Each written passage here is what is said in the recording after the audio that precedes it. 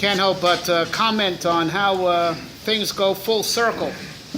The Torah was given in the desert, and the way to prepare for Matan Torah for reasons that we perhaps should review. We explained this once before, but we should review briefly. The way we prepare for Matan Torah is counting. So Torah is given in the desert, and the way you prepare is by counting. And comes the week, right before Shavuos every year, we start Sefer Bamidbar, right, the desert.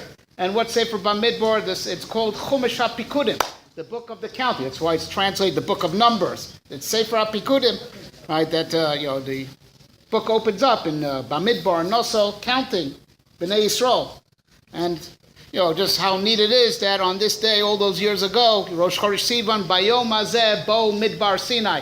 Rosh Chodesh Sivan is when we came to the desert.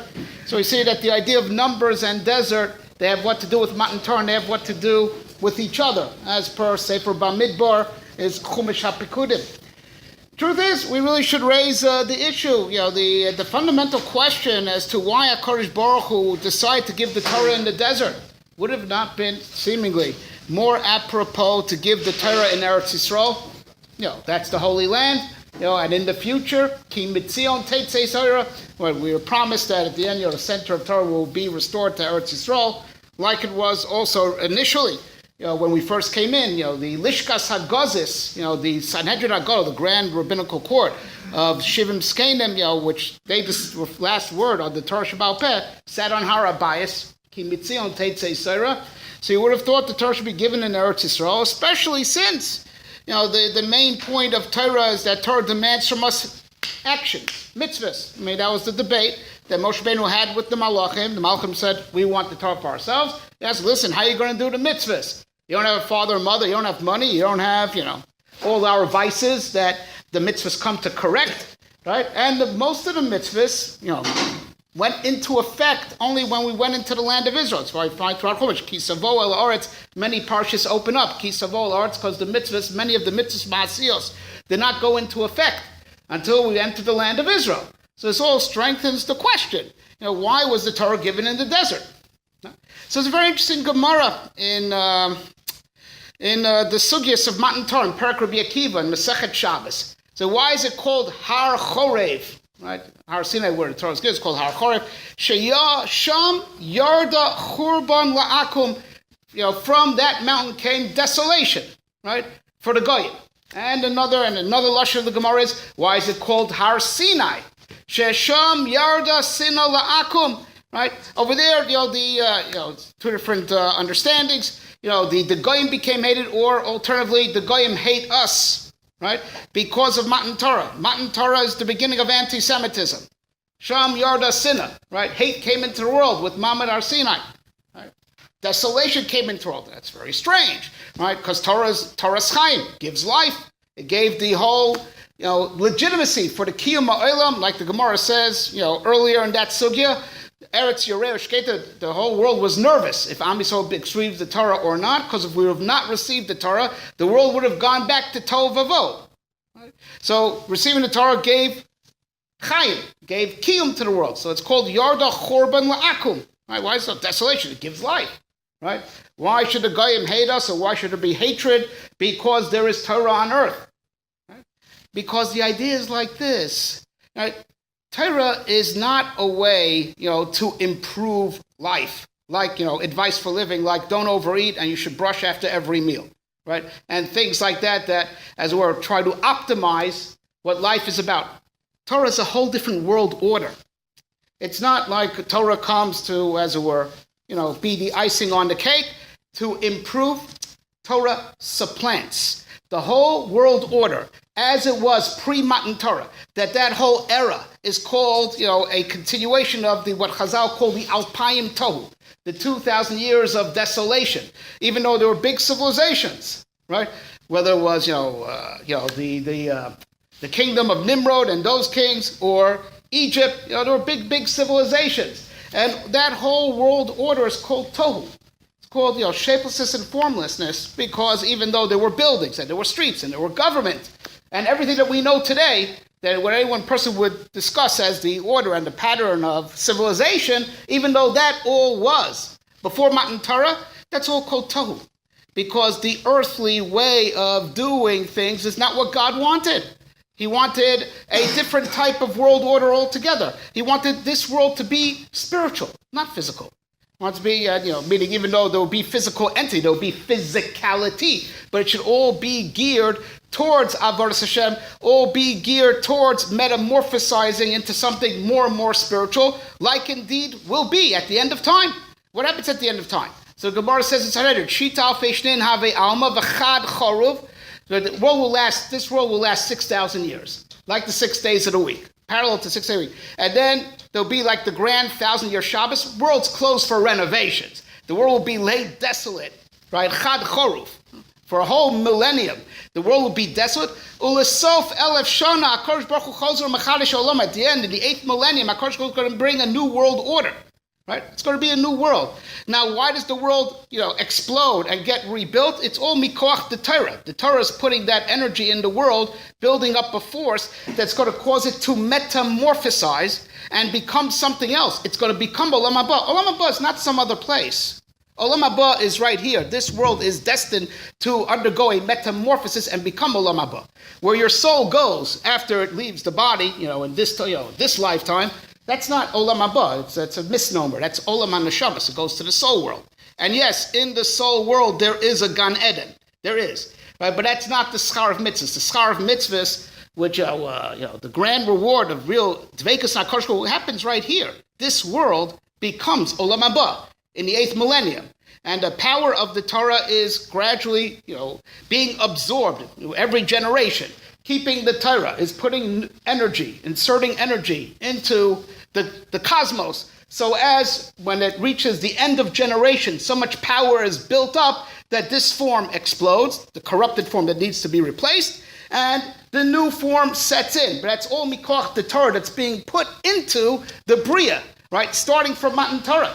Right? The fact that life seemingly goes on the same way it ran before Matan Torah, that world order is to be supplanted. It's supposed to be removed and replaced. Right? The grand transition from one order to the other, right, before the world goes kaboom, right, is Melech HaMashiach. That Melech HaMashiach is the capstone of trying to, prepare the world for that transition. But that transition is built up mikoach the Torah. That's what the Torah does to reality. It's building up this force like, until the 7th millennium. It's like the world is in a cocoon, right? And then in the 7th millennium, it breaks out. And what's getting built up in the cocoon is mikoach Torah and mitzvahs. But it comes out that Torah is coming to supplant the whole world order as it is and bring a more spiritual world order, right? That's what makes the Goyim so uncomfortable, right? So even though Torah is Chaim, but Torah is Chaim, right? Torah gave life to the world, not as, to give life to this world as we know it. It gave life to the world because this world has the potential to become a better world. So in that way, Torah gives life to the world, but the Torah that gives life to the world is churban la'akum. It's laying desolate their whole world order that they know and that they love and that they're used to and that they want to hold on to. And the Goyim feel it subconsciously ever since Matan Torah that their world order is being pushed out by the Jews. Right? Wonder why Jews make Goyim feel uncomfortable. We're a real threat to their way of life. Because their way of life, which in the eyes of Torah is called Torah, that's not the real form of reality. That's being pushed out. That's being pushed out by the Torah. So you understand that from Matan Torah, there was the Goyim felt a sense that, there's going to be Churban, their way of life will be laid desolate, and that desolation will happen in full actuality in the 7th millennium. Right? Right? Just like the 7th millennium is parallel to Shabbos, we have Shabbos. They don't have Shabbos. Goy Shabbos Chayav Misa. We're the ones who will survive in the 7th millennium. They're not going to survive that. Right? They're not going to survive that transition. Right? And they feel it. And that's why they feel the Churban, and that's why there's the hatred. Right? There's the hatred Keneged Am Yisrael, because they feel it subconsciously that we're trying to push their way out. And that's why the Torah had to be given in the desert. Right? Because the Torah is not supposed to be, as we're superimposed upon life, that as if, life as we know it is the first floor. The Torah is adding like icing to the cake, the second floor. Torah is a whole different world order. It's not coming to as a supplement. It's coming to replace. And that's why Torah is given in the desert, because the desert is a place that's desolate, right? Because Torah is a whole alternate way of life, and it lays desolate the way of life that the secular world knows. So Torah to be given in a desert, to show that the way of the Torah is a whole different way of life that does not allow for the coexistence, of another way of life, right? If another way of life exists, it's because the Torah hasn't conquered it yet.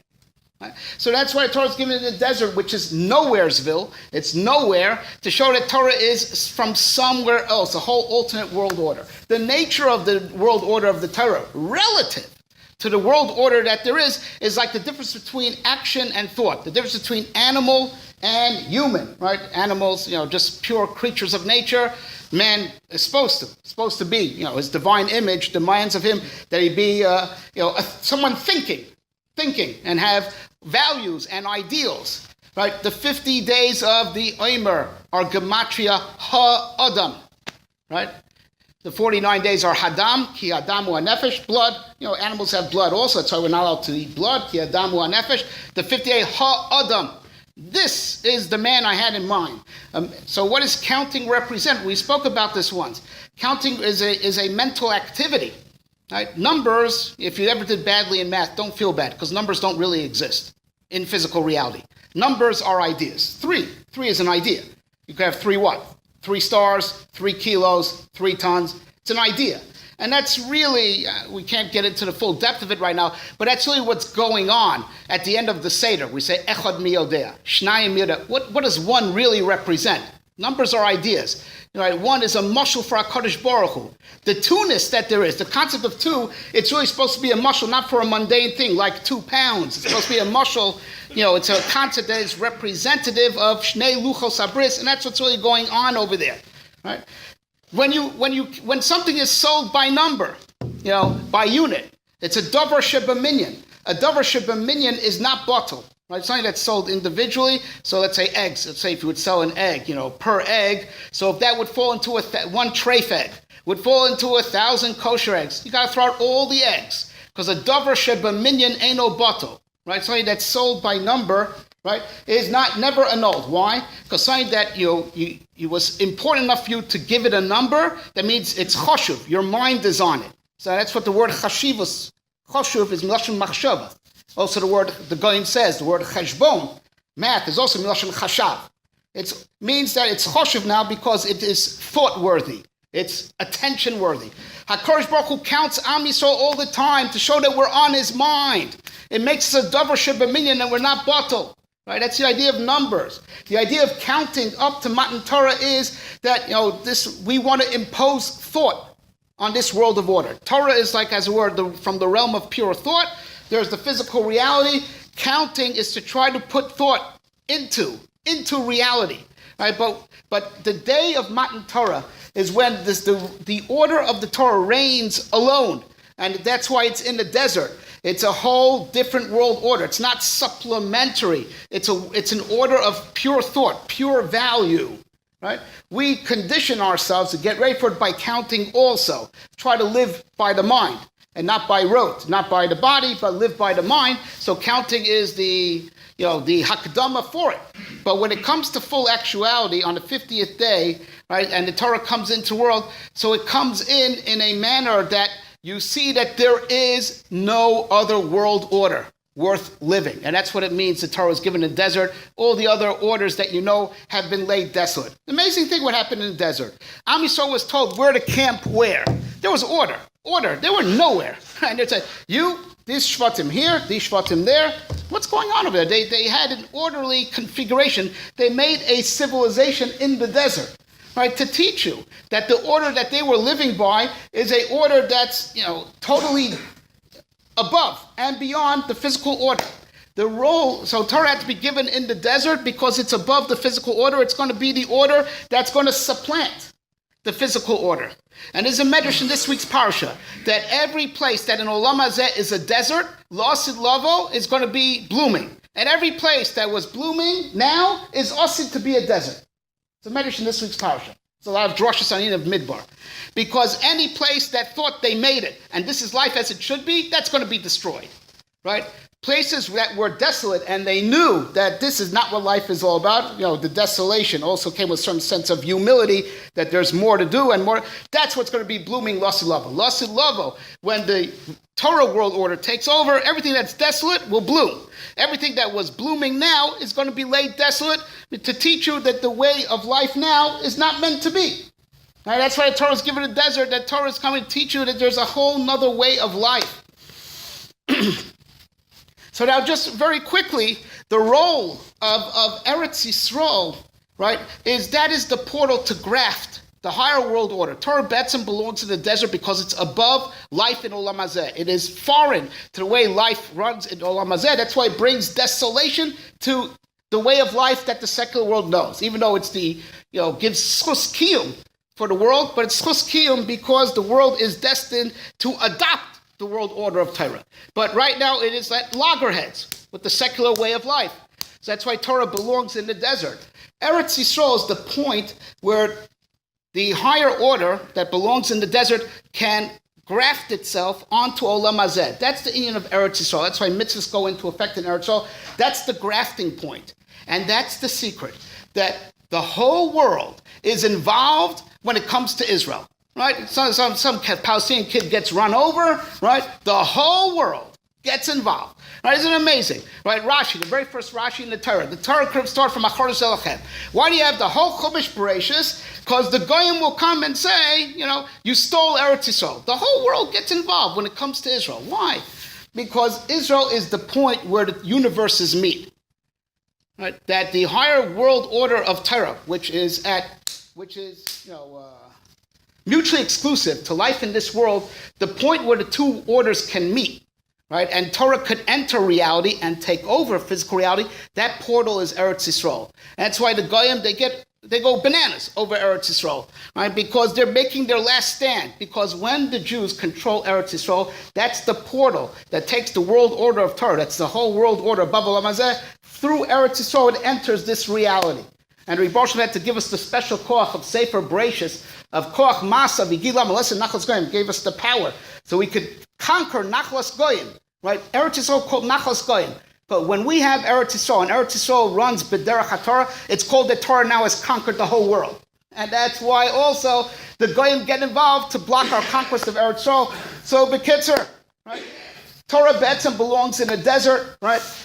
Coming into Eretz Yisrael is to take that ultimate world order and bring it into Olam Hazeh, so as it takes over Olam Hazeh and we conquer the world.